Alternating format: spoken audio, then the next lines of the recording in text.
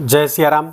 मैं आचार्य राजेश श्री राम जन्मभूमि अयोध्या से प्रिय दर्शकों प्रस्तुत हूँ आप सबके समक्ष नवंबर महीने का राशिफल लेकर के। और आज नंबर है मकर राशि के जातकों का। मकर राशि के जातकों के लिए जानेंगे कि नवंबर महीना आपके लिए कैसा रहने वाला है, कैसा होगा धनागमन, कैसा होगा स्वास्थ्य, धन संचयन की स्थिति कैसी रहने वाली है, प्रेम प्यार व्यापार व्यवसाय शिक्षा संतान कैरियर भाग्य सब के बारे में विस्तार से जानेंगे। साथ ही उन शुभ तिथियों के बारे में भी जानेंगे जो आपके लिए महत्वपूर्ण होंगी इस महीने, और उन अशुभ तिथियों के बारे में बताएंगे जिससे आपको बचना चाहिए। साथ ही ऐसे उपाय भी बताएंगे जिससे महीना आपके लिए बेहद खास हो सके।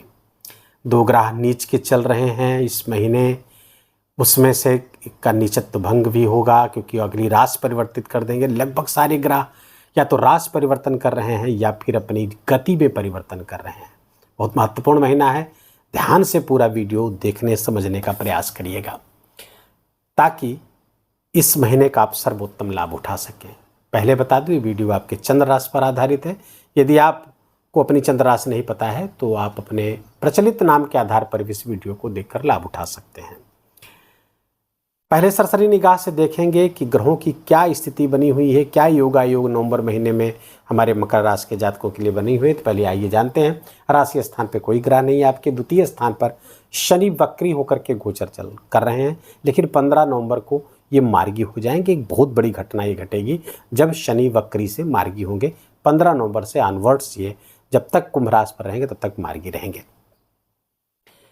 तृतीय स्थान पर राहु गोचर कर रहे हैं, इसमें नक्षत्र परिवर्तन करके भी चल रहे हैं ये लोग, शनि और राहु। चतुर्थ स्थान खाली है। पंचम स्थान पर आपके देवगुरु बृहस्पति पिछले 9 अक्टूबर से वक्री चल रहे हैं जो कि 4 फरवरी तक वक्र गति करते रहेंगे। पंचम स्थान पर आपके लिए कई मामलों में बहुत फायदेमंद होगा। और छठा स्थान आपका खाली है। सप्तम स्थान पर नीच के मंगल गोचर कर रहे हैं जो 20 अक्टूबर को नीच के हुए हैं और ये 21 जनवरी तक वक्री रहने वाले हैं यहीं पर, और नीच के रहने वाले हैं।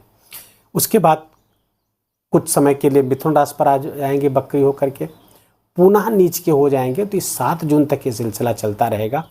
बहुत सावधानी भरा ये गोचर मंगल का मकर राशि के जातकों के लिए होगा।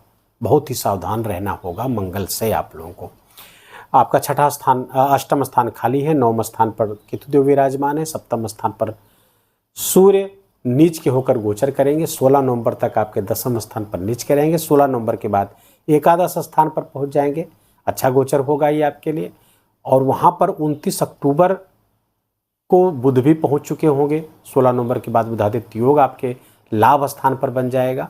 आय स्थान पर शुक्र 7 नवंबर तक आपके आय स्थान पर रहेंगे और 7 नवंबर के बाद 7 नवंबर से 2 दिसंबर तक आपके द्वादश स्थान पर गोचर करेंगे। ये बहुत बढ़िया गोचर आपके लिए होगा शुक्र का। तो ये रहा ग्रहों की स्थिति, ऐसा योग बना है। इसका रिजल्ट क्या होगा आइए उस पर बात करते हैं। तो पहले तो जानेंगे स्वास्थ्य कैसा रहता है, कैसा रहेगा इस महीने आपका। तो स्वास्थ्य के स्वामी देव आपके शनिदेव हैं, द्वितीय स्थान पर विराजमान है। आहार विहार का संयम रखेंगे तो स्वास्थ्य आपका अच्छा रहेगा क्योंकि आपका सस्टेज भी कहीं से कोई प्रॉब्लम करता हुआ नहीं दिख रहा है और कहीं से आपका सस्टेज प्रभावित भी होता हुआ नहीं दिख रहा है। तो कुल मिलाकर के ये गोचर आपके लिए अच्छा होगा। हाँ, थोड़ा सा जो डायबिटीज़ के पेशेंट हैं 7 नवंबर के बाद उनको अपने स्वास्थ्य का ख्याल रखना चाहिए क्योंकि हो सकता है कि उनका डायबिटीज़ का लेवल थोड़ा सा बढ़ना शुरू कर दे 7 नवंबर के बाद। बाकी स्वास्थ्य लगभग अच्छा है आपका, कोई चिंता की बात नहीं है। धनागमन की स्थिति को देखें तो धनागमन के जो आपके लाभ के जो स्वामी हैं लाभेश इस समय नीच के होकर के आपके 7वें स्थान पर चल रहे हैं, केंद्र में है, इसलिए बहुत चिंता की बात नहीं है। केंद्र में नीच के हो रहे हैं तो परेशानी बिल्कुल भी कोई नहीं पैदा होगी। धनागमन से संबंधित धनागमन कराएंगे, खासकर व्यापार व्यवसाय से विशेष लाभ कराते हुए दिख रहे हैं। यदि आपका बिल्डिंग मटेरियल से संबंधित सीमेंट ईंट इन सब चीज़ों से संबंधित है और यहाँ से खासकर अगर प्रॉपर्टी से संबंधित काम करते हैं आप, रियल इस्टेट में काम करते हैं, इन सब से आपको विशेष लाभ, ये सब सारे प्रोफेशंस में आपको विशेष लाभ होंगे। चिकित्सा मेडिकल्स लॉ प्रोफेशन से सब में आपको विशेष लाभ होते हुए दिख रहे हैं नीच के इस मंगल के गोचर के कारण। हाँ, इसमें थोड़ा सा जीवन साथी के स्वास्थ्य का और उनके साथ संबंध का ख्याल रखना होगा। व्यापार व्यवसाय यदि आपका अपने बिजनेस आप पार्टनर के साथ करते हैं तो फिर थोड़ा सा दिक्कत हो सकती है यहाँ पर उनके साथ संबंध में। तो बिजनेस पार्टनर से भी संबंध थोड़े से खटास उसमें आ सकती। बाकी धनागमन में कहीं कोई प्रॉब्लम होती हुई नहीं दिख रही, क्योंकि वहीं पर बुधादित्य योग बन रहा है आपके एकादश स्थान पे। सूर्य वहाँ पर जाकर के प्रमोशन 16 नवंबर के बाद कोई प्रमोशन, कोई बड़ी डील, कोई बड़ा प्रोजेक्ट आपको प्राप्त कराते हुए दिख रहे हैं। कोई बड़ा धन लाभ आपको होता हुआ दिख रहा। आय का मार्ग कुछ विस्तृत होता हुआ दिखेगा। लेकिन मकर राशि की ऐसी हमारी माताएं बहनें जो गर्भावस्था के प्रारंभिक दौर से गुजर रही हैं, उनके गर्भस्थ शिशु को 16 नवंबर के बाद सूर्य कुछ खतरा पहुंचा सकता है। उसके लिए एक उपाय, सर्वोत्तम उपाय, बार बार इसको बताता रहता हूं, जो हमारे पुराने दर्शक हैं वो जानते हैं, गायत्री मंत्र का लेखन अद्भुत उपाय है। हमारी माताएं बहनें अखिल विश्व गायत्री परिवार के किसी कार्यकर्ता से संपर्क करके उसको मंगा लें, गायत्री मंत्र लेखन की पुस्तिका, और लाल पेन से सुबह दोपहर शाम एक एक पेज लिखती रहेंगी। इससे न केवल आपका गर्भस्थ से सुरक्षित रहेगा, उसके लिए एक बहुत बड़ा सुरक्षा चक्र निर्मित होगा, और प्रसव के बाद बच्चा जब आपका पैदा होगा तो न केवल स्वस्थ होगा, निरोग होगा, बल्कि पराक्रमी और तेजस्वी भी होगा। इसमें कहीं कोई दो राय नहीं है। शास्त्र सम्मति उपाय आप करते रहिएगा। बाकी ये समय आपके लिए धनागमन के लिए बहुत अच्छा है। कोई बड़ी इच्छा भी पूर्ति होती हुई इसमें दिखेगी, क्योंकि इच्छा पूर्ति के स्थान पर 16 नवंबर के बाद बुधादित्य योग बन रहा है। बुधादित्य योग राजयोग होता है और ये आपके लिए काम का है। बुध चूंकि आपके एकादश स्थान पर बैठेंगे, लंबे समय तक रहेंगे। 29 अक्टूबर से आ गए हैं और लंबे समय तक यहाँ रहेंगे। बीच में 26 नवंबर को ये वक्री भी होंगे और ये यहाँ पर 4 जनवरी तक विराजमान रहने वाले हैं। तो पूरा नवंबर, दिसंबर, 4 जनवरी तक आपके लिए लाभ की स्थिति बना करके गोचर होगी, क्योंकि ये भाग्येश हैं आपके। तो बड़े लाभ, भाग्य से बड़े लाभ आपको होते हुए दिखेंगे। धन संचयन की स्थिति बिल्कुल अच्छी बनी हुई है आपकी। क्यों? क्योंकि धन स्थान के धनेश आपके हुए शनि और अपनी ही मूल त्रिकोण राशि पे बैठे हुए हैं। धनेश धन स्थान पर बैठते हैं तो कामधेनु नामक एक राजयोग बन जाता है। तो धन की स्थिति, जो भी धनागमन होगा वो संचित होगा, इन्वेस्ट होगा। आप किसी बड़े प्लान के लिए उसको इकट्ठा करेंगे तो धनागमन, धन संचय बिल्कुल होता हुआ नवंबर महीने में दिख रहा है और विशेष मात्रा में दिख रहा है। माँ लक्ष्मी की विशेष कृपा बनती हुई दिख रही है, क्योंकि इस स्थिति को एक लक्ष्मी योग के रूप में भी देखा जा रहा है। शनि मार्गी हो जाएंगे तो 15 नवंबर के बाद ये लाभ का जो सिलसिला है, धन संचयन का जो सिलसिला है, ये भारी मात्रा में हो सकता है, बड़ी मात्रा में हो सकता है। तो अभी तक वक्रित है शनि, तो उनका फोकस दूसरे घर पर चला गया था, लेकिन अब अच्छे जैसे मार्गी होंगे आपके लिए पुनः धन संबंधी समस्याओं को समाप्त कर देंगे। अब आते हैं आपके शिक्षा संतान पे। तो शिक्षा संतान के स्वामी शुक्र हैं। शुक्र एकादश स्थान पर गोचर कर रहे हैं 7 नवंबर तक, तो बहुत अच्छा है। और साथ ही इसके बाद द्वादश स्थान पर चले जाएंगे। तो ऐसे मकर राशि के जातक जो फॉरेन जाकर के अपनी कोई शिक्षा पूरी करना चाहते हैं, तो ये बहुत सर्वोत्तम समय आपके लिए चलेगा। कब से? ये लगातार चल रहा है, पिछले महीने भी चला है, इस महीने भी लगातार चलता रहेगा। इस बीच आपको विशेष प्रयास करना चाहिए, और खासकर फॉरेन के लिए तो 7 नवंबर के लिए वरदान सिद्ध हो जाएगा। तो फॉरेन के लिए आप अपना वीज़ा वगैरह अप्लाई करिए, बिल्कुल इसमें कोई अड़चन नहीं आनी चाहिए। साथ ही देवगुरु बृहस्पति यहाँ बैठेंगे और एक दूसरे का गृह परिवर्तन कराएंगे। तो विदेश जाने के लिए, शिक्षा कहीं भी, चाहे यहाँ पे हो या विदेश में हो, सब जगह आपको शिक्षा के लिए, ज्ञान के लिए बहुत अच्छा समय चलेगा। पढ़ाई में मन लगेगा, कंसंट्रेशन होगा। कुछ धार्मिक क्रियाकलाप से जुड़कर अपने पुण्यों की भी वृद्धि करेंगे। स्पिरिचुअलिटी के लिए भी ये बहुत अच्छा रहेगा। पंचम स्थान पर देवगुरु बृहस्पति का वक्री होना, तो स्पिरिचुअल भी होंगे, उसमें प्रोग्रेस भी आपकी होगी मकर राशि के जातकों को। तो शिक्षा संतान के लिए अच्छा है। प्रेम प्यार के लिए भी अच्छा समय चल रहा है, और ये प्रेम प्यार आपका किसी वैवाहिक संबंध में भी तब्दील हो सकता है, ऐसे योग बन रहे हैं। गृहस्थ जीवन में कुछ कलहपूर्ण वातावरण हो सकता है। जीवन साथी का स्वास्थ्य कुछ प्रभावित होता हुआ दिख रहा है, क्योंकि मंगल नीच के 7वें स्थान पर गोचर कर रहे हैं।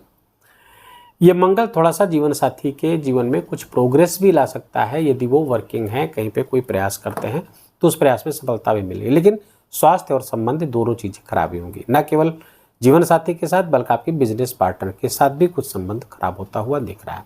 इसलिए उनके स्वास्थ्य और संबंध का ध्यान रखिए। आपका करियर में बिल्कुल उन्नति होती हुई दिख रही है। करियर में बड़ी प्रोग्रेस होती हुई दिख रही है। और चूँकि भाग्येश और कर्मेश दोनों बहुत अच्छी पोजीशन में इस महीने रहेंगे, तो भाग्य और कर्म दोनों श्रेष्ठ अवस्था में रहेंगे और बड़े फ्रूटफुल अवस्था में रहेंगे, बड़े लाभ देते हुए दिख रहे हैं।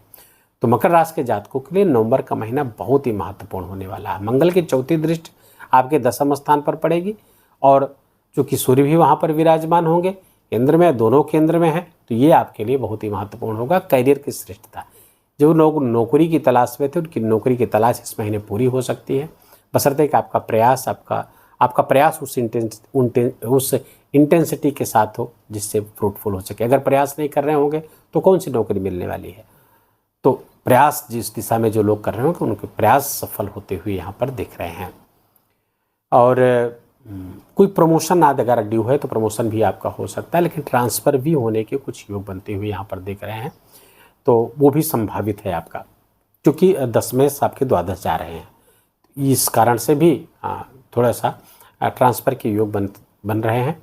ट्रांसफ़र लेकिन अच्छा होगा, आपके लिए फ़ायदेमंद हो सकता है। शुरुआत में आप ना जाना चाहें, आपको लगे बुरा लगे, लेकिन ऑलमोस्ट वो अच्छा रहेगा, बाद में अच्छा हो जाएगा। सूर्य की दृष्टि, अपनी उच्च दृष्टि यहाँ पर आपके चतुर्थ स्थान पर पड़ेगी, जिससे जमीन जायदाद का लाभ आपको होता हुआ दिख रहा है।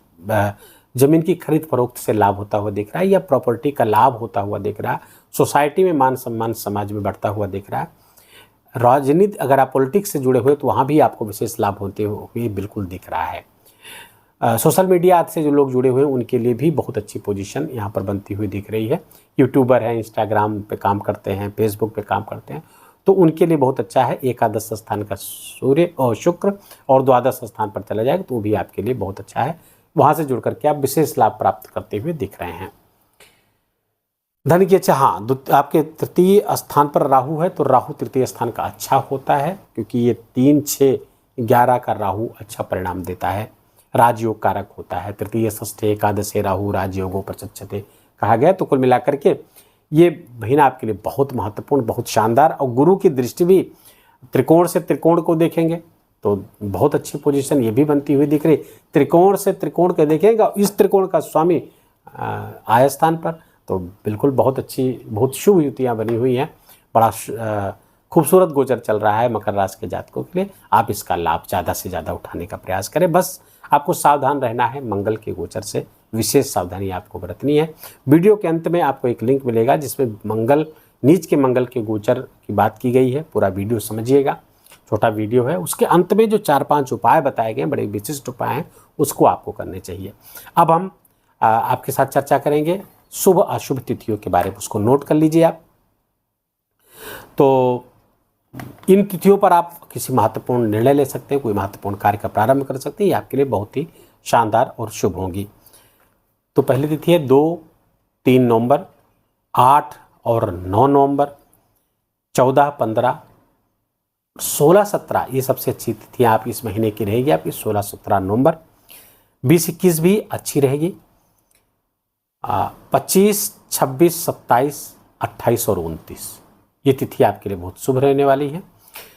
जिन तिथियों से आपको बचाव करना है, बचना है, जिसमें कोई महत्वपूर्ण कार्य नहीं करना है, अन्यथा मुश्किलें पेश आएंगी, वो है 5, 6, 7, 10, 11, 12, 13, 18, 19, 23, 24 और 30। तो मकर राशि के जातकों के लिए खराब तिथियों लगभग 9-10 तिथियां हैं, इनका थोड़ा सा ध्यान रखिएगा। कोई महत्वपूर्ण कार्य इसमें न करिएगा, बस, बाकी और कोई चिंता की बात नहीं है। महीना आपका अच्छा है और ईश्वर से प्रार्थना कि और अच्छा हो, यादगार महीना आपके लिए साबित हो। इन्हीं मंगल कामनाओं के साथ वीडियो यहाँ विराम देंगे। वीडियो अच्छा लगा हो, आपके काम का लगा हो, मेरा बोलना आपका सुनना दोनों सार्थक हुआ हो, तो वीडियो को कृपा करके लाइक करिएगा, अपनों के साथ इसको शेयर करिएगा और कमेंट में जाकर जय सिया राम लिखना बिल्कुल भी मत भूलिएगा। मेरा विशेष निवेदन, विशेष आग्रह आपसे। ऐसे वीडियो निरंतर चाहते हैं तो चैनल को सब्सक्राइब कर लीजिए, बेल आइकन की घंटी दबा लीजिए और अपना ख्याल रखिए, अपनों का ख्याल रखिए, माता पिता की खूब सेवा करके उनका आशीर्वाद लीजिए। जय जय सिया राम।